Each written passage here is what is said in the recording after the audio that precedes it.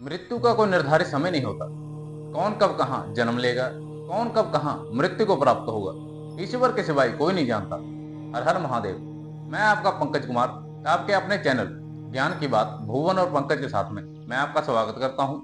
आज का हमारा टॉपिक है कि सेवा से मनुष्य को कैसे सौभाग्य प्राप्त होता है। परमात्मा ने हमें मनुष्य जीवन का एक अनमोल तोहफा दिया है, जिसको हम यूं ही व्यर्थ के कामों में बिता देते हैं। धर्म मनुष्य को एक सही मार्ग दिखाता है।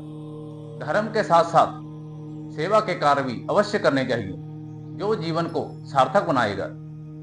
आइए आगे हम इस वीडियो में जानेंगे कि सेवा के कार्य करते हुए कैसे मनुष्य अपने जीवन को सौभाग्यशाली बना सकता है। नमस्कार मित्रों। सेवा का कर्म करने से व्यक्ति का हृदय कोमल हो जाता है। सांसारिक व्यक्ति अपने जीवन में 5 प्रकार के विकारों से घिरा रहता है।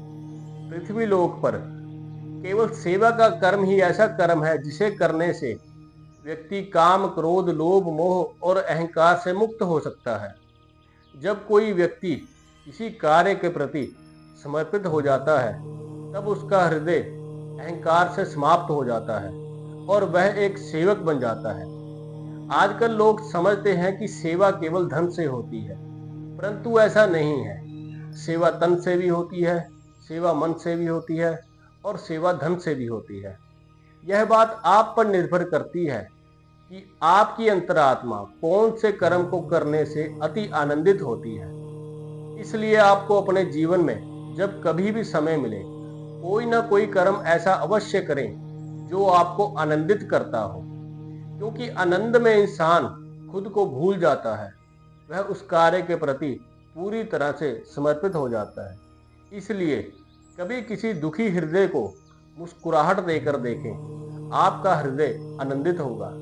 कभी किसी भूखे पेट को अन्न देकर देखें, आपका हृदय आनंदित होगा। कभी किसी विद्याहीन विद्यार्थी को विद्या देकर देखें, आपका हृदय आनंदित होगा।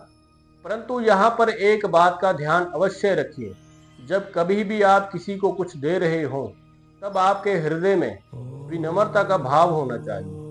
तभी आप समर्पण भाव से सेवा कर सकते हैं। धन्यवाद।